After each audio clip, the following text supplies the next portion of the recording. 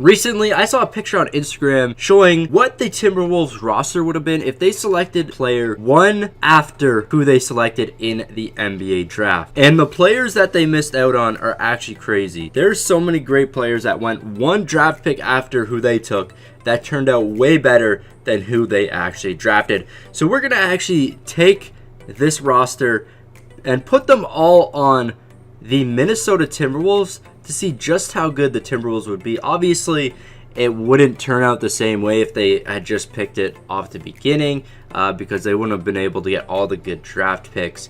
But we're just going to assume that they got all these draft picks, and we're going to check out what this team is. So first off, we're going to go in order of year. So in 2008, they had the 3rd overall pick. They picked OJ Mayo, traded for Kevin Love. But the pick right after that was Russell Westbrook. Russell Westbrook, of course, being the best player in that draft. He has outlasted Kevin Love. So definitely would have been a better choice to take Westbrook. If this happened, though, they would have never got Andrew Wiggins. So Andrew Wiggins won't be on the team anymore. In 2009, they had the 6th pick, and they picked Johnny Flynn, missing out on Stephen Curry. Also in 2009, they had the 18th pick. They picked Ty Lawson and missed out on Jeff Teague, who they still have on their team now. So I guess it turned out well for them.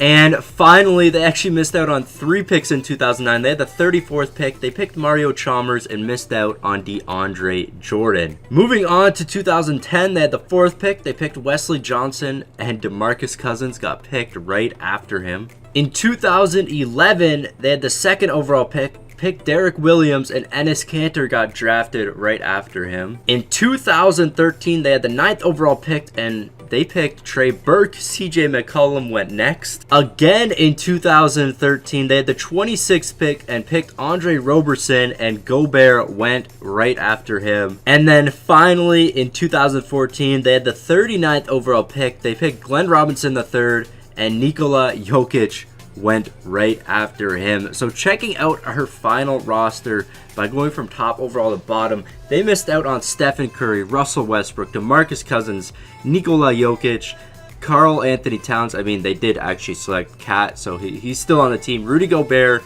CJ McCollum, DeAndre Jordan, Enes Kanter, and Jeff Teague. So just check out how good this team is now. This should be able to be a championship team. We're going to find out. I moved DeMarcus Cousins to power forward. He actually becomes better just because we had so many centers. I mean, it wouldn't be bad to actually move another one of these guys to power forward. I think I might move Jokic to power forward. He actually improves as well. So now we have 2 beast power forwards and 2 insane centers. And then we also have DeAndre Jordan, and Enes Kanter. We just have so many players. We don't really have a small forward, though. We have Robert Covington, but... So currently in this NBA season, the Minnesota Timberwolves are 13th in the West with a record of 15-18. And as you can see, we just simulated a season if they had their later draft picks, and they went 76-6, shattering the NBA record for most wins in a season. Stephen Curry gets MVP, Rookie of the Year to Doncic. Jokic gets 6th Man of the Year. He is a 6th man on this Timberwolves team. Draymond Green with Defensive Player, not an R team. And of course, Tom Thibodeau going to get Coach of the Year when his team goes 76-6. Let's see how many players actually get on the All-NBA team. We have Stephen Curry and nobody on the 2nd team. And then we have Westbrook on the 3rd team. I honestly thought we were going to have a little more players, but I guess if you have too many good players, they're not going to get on there. But let's just advance to the offseason. They're easily the 1st seed. And let's just check out the stats for our players. Let's go over down to player stats. Curry with 26.1 a game. Westbrook with 19.4 points per game. We're just going down the list here. Our team is just so good. Let's see who did the best for assists. It's going to be Curry. Rebounds was Gobert. I mean, we have like 30 centers on the team, so it's going to be hard to get a lot. But we could check out team stats, see how they compare to the rest of the NBA. Nobody even close to averaging their points per game. 126 points per game. Difference between their games averaged at 23.8. They averaged a win by 24 points. That is insane. 3-pointers wasn't at the top. Neither was 3-pointers attempted, but they did have the 3-point percentage, the best field goal for that, the percentage for 3-pointers. Let's go over to rebounds per game. They're going to take the cake for that. Assists per game, they're at the top. Steals per game, they're actually second to the Utah Jazz. Blocks per game, they are at the top. Field fouls per game, okay, they won't be at the top there. But the Timberwolves, as you can see, they are just so dominant now. This roster is unbeatable. Like, they're 2 point guards. Russell Westbrook is a backup point guard on this team. I mean, we can have him playing shooting guard, but then we also have CJ McCollum, or we could put Curry at shooting guard. But the team is just way too good. DeMarcus Cousins is beasting at power forward. Same with Jokic. I mean, just the whole team is improved even more. And we're going to find out if these Timberwolves could actually go undefeated in the finals right here. So let's just simulate the playoffs, see what happens in the first round. We'll just simulate the current round. So at the end of the first round, the Timberwolves, they win 4-0 against the San Antonio Spurs.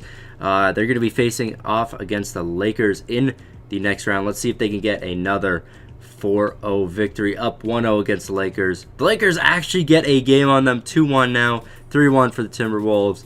And is this a W? Yes, it is. 4-1 victory for the Timberwolves in the second round. Not a 4-0 sweep, but still doing a really good job. Let's see if they can beat the Rockets now. They are up 2-0. They are up 3-0. And that is a 4-0 sweep. So they're going to be facing off against the Toronto Raptors in the NBA Finals. 1-0 against the Raptors, 2-0 against the Raptors, 3-0 against the Raptors. Okay, so despite Toronto being up early in the game, the Timberwolves end up taking the victory here. And it's just all centers on the court right now for the Timberwolves. It's literally 4 centers: Karl-Anthony Towns, Gobert, DeAndre Jordan, Kanter, and Nikola Jokic. That is insane. But the Timberwolves are going to win the NBA Finals here, 4-0. And let's check out the box score here, see how everybody did. Curry with 26, Westbrook with 20, so they both play an insane amount of minutes. Jokic getting the most in terms of power forward.